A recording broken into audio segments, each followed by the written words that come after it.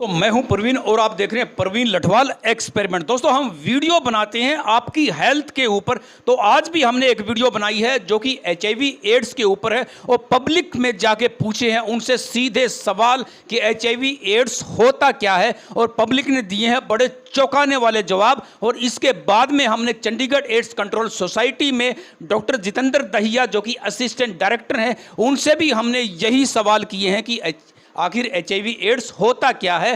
जिसको नहीं पता है आप ये वीडियो प्लीज़ देख लेना, हो सकता है आपको आपके हर सवाल का जवाब इस वीडियो मिल जाए।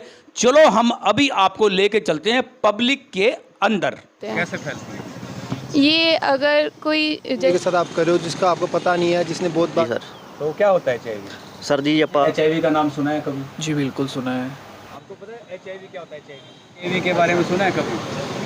HIV ये भी प्रॉब्लम है भाई मेरा। एड्स HIV एड्स एक एड्स जी नहीं सर, एड्स के बारे में नहीं पता? कुछ नहीं पता मेरे को। आपको एड्स के बारे में पता क्या होता है? यही मैं भी सुना हूँ, जो वो कह रहे हैं वही तो। क्या नाम आपका? गुरदीप सिंह। गुरदीप सिंह। सर, हमारा एक प्रोग्राम चलता है जिसमें हम लोगों को जागरूक करते हैं बीमारी के प्रति। हाँ जी सर। तो मैंने आपसे पूछना है कि कभी आपने HIV का नाम सुना है? हाँ जी सर।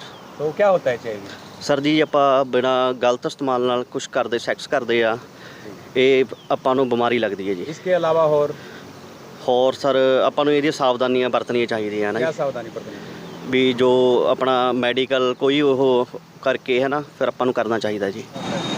HIV है जो एक बार किसी अनजान बंदे के साथ आप कर रहे हो जिसका आपको पता नहीं है, जिसने बहुत बार किया हो, उससे बढ़ने वाली जो बीमारी है उसको HIV कहते हैं। जिसके सिम्टम्स क्या होते हैं, उसमें आपके बॉडी में दाने होने शुरू होते हैं, एब्डोमेन में पेन होनी शुरू होती है, कफिंग इतनी ज़्यादा होने लग जाती है आपको पता नहीं लगता। ओके, आपको पता है HIV क्या होता है? HIV हमें पता नहीं है। के बारे में नहीं पता? एड्स के बारे में अब तो एड्स की बीमारी चलती रहती है। एड्स क्या होता है? एड्स की बीमारी होती है, जैसे किसी को पकड़ लेती है ना, वो जल्दी छूटती नहीं है दवा से भी। वहाँ से वो छूटती नहीं है। नहीं छूटती नहीं है। ओके। अब मैं पता है कि एड्स जिसको हो जाता है उसको छूटता पता है। जरूर है। कैसे हाँ। फैलती है पता है? वो छोटे छोटे दाना है। नहीं, फैलती कैसे है? किस चीज़ से फैलती है? वो बोलते हैं कि कितने कहते हैं कि गलत व्यवहार करने से बढ़ती है। हाँ। और किस चीज़ से फैलती? इसके अलावा इसके अलावा मेरे को नहीं पता है। नहीं पता है। क्या नाम है आपका? मेरा नाम ईशा है। ईशा है। हाँ ईशा जी। जी, आपने कभी HIV के बारे में सुना है? एड्स के बारे हाँ में? जी सुना है। क्या होता है?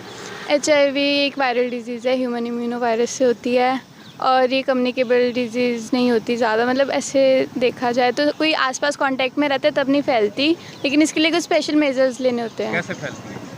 ये अगर कोई जैसे कोई सेक्सुअल कांटेक्ट होता है उससे फैलती है, अगर हम उस पेशेंट का कुछ झूठा यूज़ करते हैं उस सब से फैलती है। तो इसको रोका कैसे जा सकता है?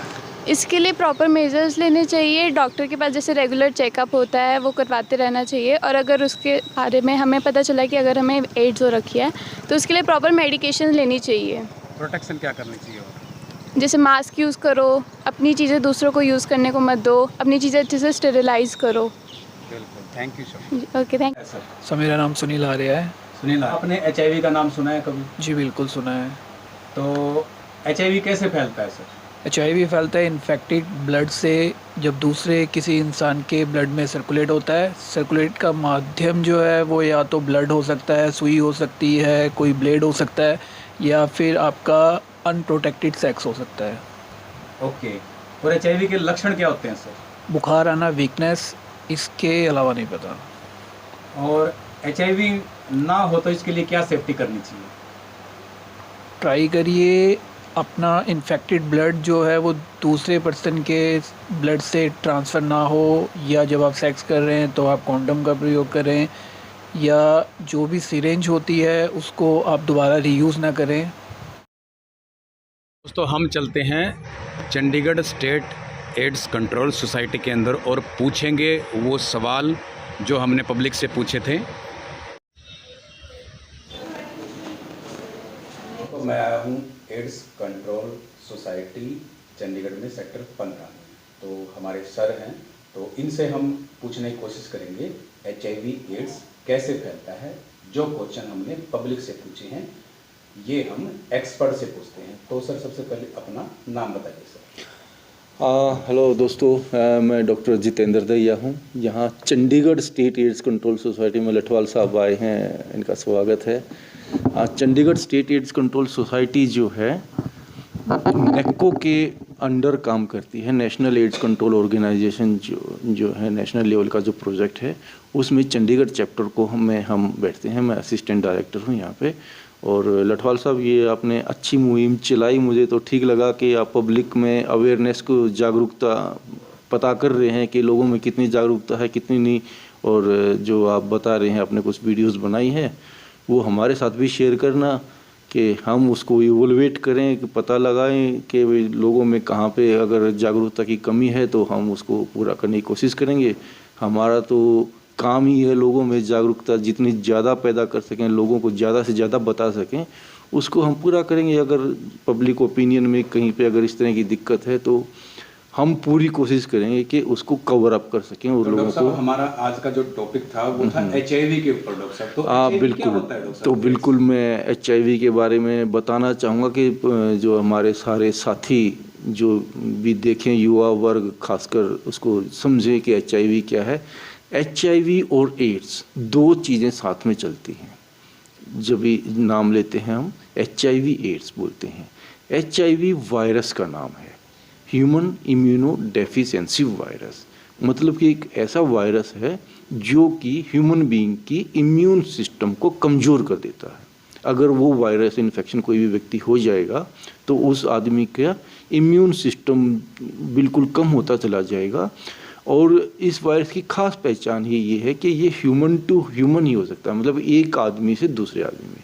आदमी means human being, male female transgender whatever जो भी, मतलब नोट कि किसी और मैमल से या मच्छर मक्खी से या किसी और जानवर से ये नहीं जा सकता। एक आदमी से दूसरे आदमी में ये इन्फेक्शन, ये वायरल इन्फेक्शन हो सकता है। वायरस का नाम है। डॉक्टर साहब फैलता कैसे है? हाँ, मैं उसी चीज़ को बताना चाहूँगा कि हमारे साथी सभी समझ सकें।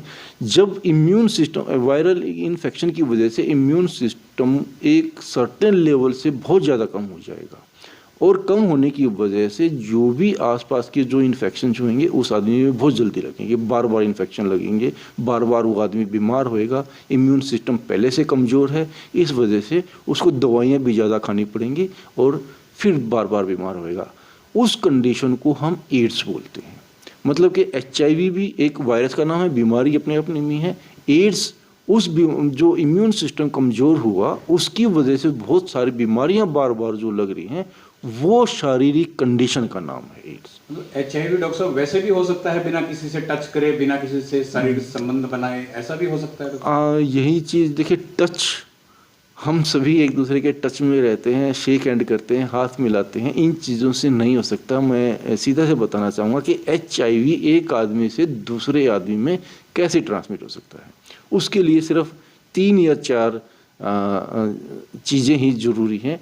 सबसे मुख्य कारण उसमें से शारीरिक संबंध है। शारीरिक संबंध, यौन संबंध, और यौन संबंध का मतलब सेक्सुअल कॉन्टैक्ट, जो कि अनप्रोटेक्टिव सेक्सुअल कॉन्टैक्ट है। मतलब अनप्रोटेक्शन का मतलब है कि जहाँ पे कॉन्डोम का यूज़ नहीं किया गया, बगैर किसी कॉन्डोम के यूज़ किए हुए और अनजान आदमी से शारीरिक संबंध, यौन संबंध बनाएंगे तो उससे HIV होने का खतरा हो सकता है। उसको एक्सप्लेन में, अगर उसको पॉजिटिव है, अगर वो पहले से इन्फेक्टेड है, अगर वो पहले से इन्फेक्टेड नहीं है तो वो नहीं होगा। लेकिन HIV मतलब बगैर उसको हम नहीं पता लगा सकते। किसी आदमी को देख के, उसके चेहरे से, उसकी शारीरिक कंडीशन से कि वो बहुत कमज़ोर है, देखने में पतला सा है, दुबला ऐसा कुछ है, तो उससे नहीं पता लगा सकता है कि किसी को HIV है कि नहीं है। वो सिर्फ और सिर्फ खून की जांच से पता लग सकता है। तो डॉक्टर साहब जैसे एक क्वेश्चन हो रहा है, मान लो किसी को इन्फेक्शन हो चुका है, आज कोई कांटेक्ट में आ गया, बिल्कुल, और जिसके कांटेक्ट में आया उसको HIV आ गया पॉजिटिव, बिल्कुल, तो वो जो दूसरा इंसान है उसको पता नहीं है कि वो पॉजिटिव है, तो उसके अंदर कितने दिन में सिम्टम्स आएंगे, लक्षण कितने दिन में आएंगे? बिल्कुल, यही एक इसकी एक अलार्मिंग स्टेज है, क्योंकि जिस आदमी को खुद को मालूम ही नहीं है कि उसमें HIV है, उसके किसी सिर्फ सेक्स की बात नहीं है, मैं और भी वजह है उनको भी आगे बताऊंगा आपको। अभी मामला सेक्सुअल कॉन्टैक्ट का चल रहा है तो मैं उसके बारे में डिटेल बताना चाहूँगा कि किसी आदमी को मालूम ही नहीं है कि उसमें HIV इन्फेक्शन है, क्योंकि उसको खुद कोई नहीं मालूम है, वो सिर्फ खून की जांच से पता लगा सकते हैं। और अगर वो किसी दूसरे व्यक्ति के साथ यौन संबंध बनाता है तो उसमें तो धोखे से वो दूसरे आदमी को भी चला जाएगा। उसको भी खून की जांच में भी कम से कम 3 महीने लग जाते हैं जब जिस दिन से वो हाई रिस्क एक्टिविटी हुई, मतलब कि असुरक्षित यौन संबंध बने जिस दिन, उसके 3 महीने बाद खून की जांच से ही पता लग सकता है, उससे पहले नहीं पता लगेगा। और सिम्टम्स जो हम एड्स की बात कर रहे थे कि बार बार बीमार होना है, वो चीज़ें, वो सिम्टम्स आने में तो और भी ज़्यादा समय, उसमें तो सालों लग जाते हैं अक्सर। जो कि नॉर्मल हेल्थ का आदमी है उसमें सिम्टम्स तो आएंगे ही नहीं, और सिम्टम्स नहीं होने की वजह से वो नहीं पता लगा सकता आदमी को, उसमें कोई सिम्टम नहीं है, उसको कोई बुखार खांसी कुछ कमजोरी जैसा कुछ है ही नहीं, लेकिन अंदर इन्फेक्शन है, वो फैला रहा है जिस वजह से उसमें आया। तो ये एक उसका सबसे इम्पोर्टेंट एस्पेक्ट है कि जहाँ पे आदमी को अपने बिहेवियर के बारे में जानना ज़रूरी है, और जिसके बारे में हम सभी को जागरूकता कह दें कि अपने बिहेवियर के बारे में जागरूक करें कि जाने अनजाने में वो दूसरे आदमी को फैला रहा है। इसके खास लक्षण क्या होते हैं डॉक्टर साहब? खास लक्षण के बारे में बताऊंगा मैं आपको, उससे पहले मैं ये बताना चाहूँगा कि बाकी कैसे फैल सकता है। एक तो यही हो गया कि असुरक्षित यौन संबंध से, और इससे बचने का भी बहुत सिंपल यही साधारण है कि हम युवा वर्ग खासकर जो भी हैं सेक्सुअल एक्टिव पर्सन जिस भी एज ग्रुप के हों, वो अपने बिहेवियर के बारे में पूरी तरह जागरूक बने, पूरी तरीके से अवेयर रहें कि किसी अनजान आदमी के साथ, अनजान आदमी का मतलब ये है कि भाई किसी दूसरे पे हम अपने वैवाहिक जीवन के बाहर किसी पे भरोसा करके कि जी वो सही होगा और शारीरिक संबंध बनाएं, ये उसकी भूल होगी। अगर शारीरिक संबंध बनाना है तो कंडोम, और सबसे अच्छा तो हमारे सोशल वैल्यू सिस्टम भी हमारा यही है कि ईमानदारी रखी जाए, अपने एक लाइफ पार्टनर के लिए ईमानदार रहें, नेको की तरफ से भी यही प्रचार किया जाता है, तो वो सबसे इम्पोर्टेंट है। और उसके बगैर बाहर कोई भी सेक्सुअल कांटेक्ट जो है वो रिस्की हो सकता है सेक्सुअल वो इन्फेक्शन आने के लिए। और सिर्फ HIV नहीं, और भी बहुत सारी सेक्सुअल इन्फेक्शन जो हैं STIs जिनको बोलते हैं वो हो सकते हैं। इसके बाद दूसरा वजह है कि HIV होने का जो है वो है ब्लड कॉन्टैक्ट, कि एक इन्फेक्टेड आदमी का ब्लड किसी भी तरीके से दूसरे आदमी में आ जाए, अब वो कोई भी मोड हो सकता है।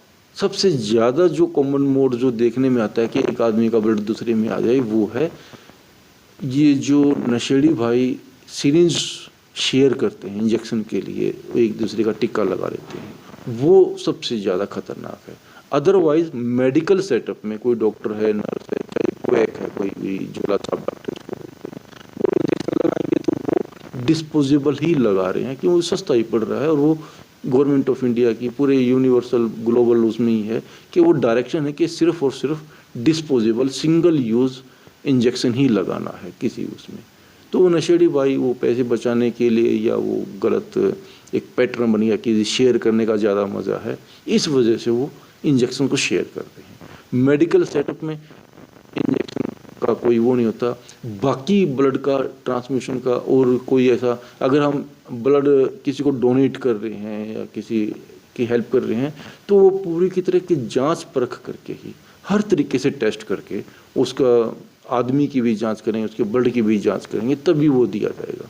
तो वहाँ तो सेफ है, वहाँ पे कोई मतलब ही नहीं कि इन्फेक्शन फैल जाए, ज़्यादा खतरा सिर्फ यही है। तो डॉक्टर साहब लक्षण कब टेस्ट और हाँ, लक्षण की मैं बता रहा हूँ, एक वजह और हो सकती है कि जहाँ पे माँ से भी बच्चे को हो सकता है। अगर माँ पहले से इन्फेक्टेड हो तो हो सकता है कि उसके बच्चे को हो जाए। मैं ये कह रहा हूँ कि हो सकता है, होगा ही नहीं, कि सिर्फ 20 से 30% तक की चांसेस होंगे।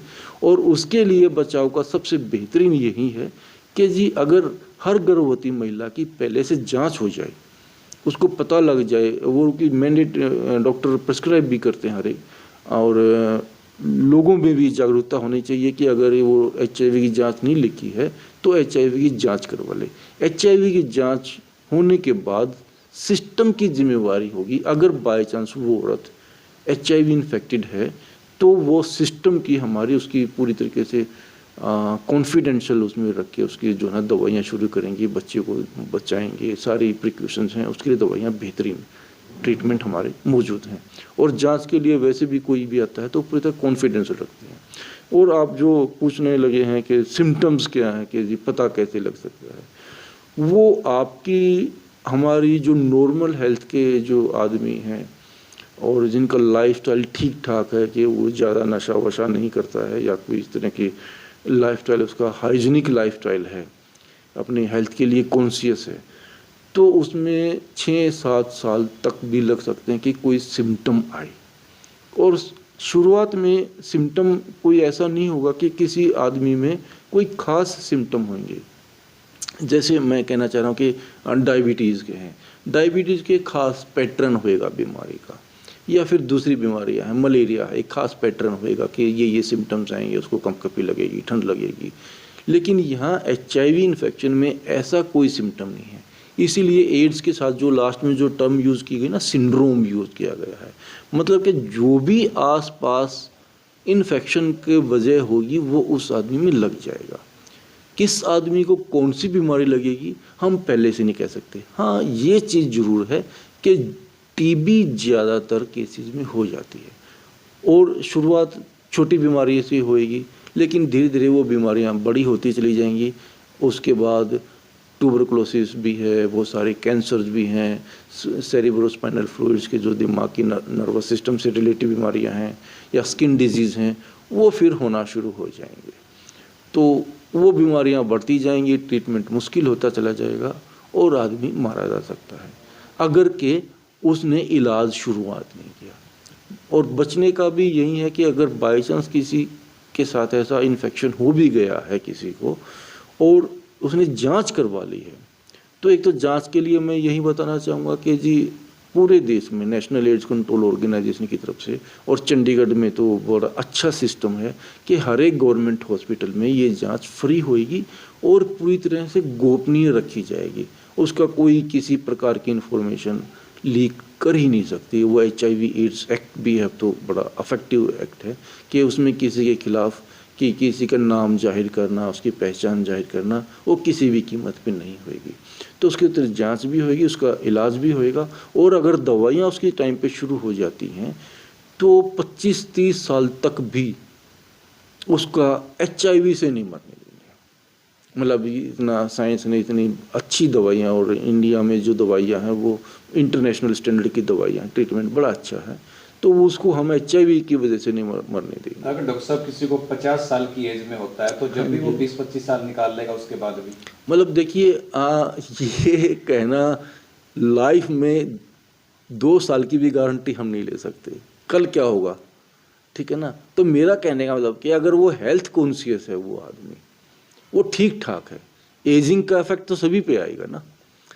बाकी अपनी हेल्थ कॉन्शियस है, अपनी डाइट रेगुलर है, उसकी एक्सरसाइजिंग है, वो कोई ड्रग्स यूज़ नहीं कर रहा है, उसको और इन्फेक्शंस नहीं है, तो दवाइयाँ जो है वो उसको फ्री रखेंगी कि उसमें HIV का इन्फेक्शन तो होगा, लेकिन बहुत कई सारे केसेस तो यहाँ तक भी अब आने लगे हैं कि जो उसमें HIV का इन्फेक्शन है लेकिन उसकी वजह से वो दूसरे में नहीं फैलेगा अगर वो दवाइयाँ अच्छे समय तक, लंबे समय तक ले रहा है, तो वो इन्फेक्शन रहे, उसमें कोई वो नहीं है। तो डॉक्टर साहब मान लो किसी को इन्फेक्शन हो चुका है, मान लो किसी पॉजिटिव है, उसने जो भी कांटेक्ट आया उसका सुई से आया कांटेक्ट, किसी भी वजह से आया, उसको कोई बिल्कुल उसको पता चल गया कि इसका पॉजिटिव है, हाँ जी, और मैं भी इन्फेक्टेड हो सकता हूँ आगे आने वाले टाइम पे, तो तुरंत क्या ये बिल्कुल हमेशा के लिए ठीक हो सकता है? और हमेशा के लिए ठीक होने का देखिए यही है कि वो इन्फेक्शन तो शरीर में है तो है, उसको हम ये कि जी वो HIV फ्री हो गया वो चीज़ तो नहीं कहेंगे, लेकिन उसको हम इस कंडीशन में लेके आएंगे कि जी वो कोई बीमार भी नहीं है, वो अपना काम पे भी जा रहा है, अपनी सारी ड्यूटीज़ भी कर रहा है, अपनी सोशल रिस्पॉन्सिबिलिटीज़ हैं, अपनी जो जॉब की रिस्पॉन्सिबिलिटीज़ हैं वो सारी अच्छी तरीके से पूरी कर रहा है, वो बिल्कुल हेल्थी है। और बॉडी के किस फ्लूइड से होने का डर होता है? जैसे आंसू आते हैं, किसी को मुंह में सलाइवा होता, थूक होता है, पेशाब होता है। ये आपने सही पूछ लिया, और इसके बारे में लोगों में अभी तक भी कई बार जब हम युवा वर्ग के पास जाते हैं ना, तो इस तरह की बातें मिल जाती हैं कि किसी का जूठा नहीं खाना चाहिए या मास्क लगाना चाहिए, वो चीज़ें, या कि जी किसी के साथ बैठने से, आपने भी स्टार्टिंग में जैसे बात हुई थी कि टच, तो वो मैं ये बताना चाहूँगा कि ये जो सिर्फ़ और सिर्फ सेक्सुअल जो सिक्रेशंस हैं या ब्लड है,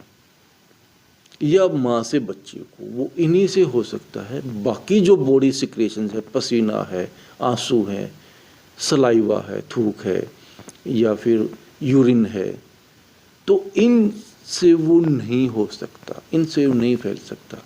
वो एक दूसरे के वो उसके लिए ज़रूरी है कि वो वायरस जो है वो ब्लड स्ट्रीम में जाए, और इनके इस तरीके से जाने या मच्छर मक्खी के काटने से भी नहीं होता वो चीज़ें।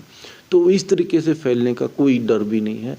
तो अगर किसी को इन्फेक्शन है तो एक दूसरे के साथ बैठ के खाना भी खाएं, उसके साथ एक बिस्तरे में भी सो जाएं, एक दूसरे के कपड़े भी चेंज कर लें, एक स्विमिंग पूल यूज़ कर लें, एक टॉयलेट यूज़ कर लें, उनसे नहीं हो सकता।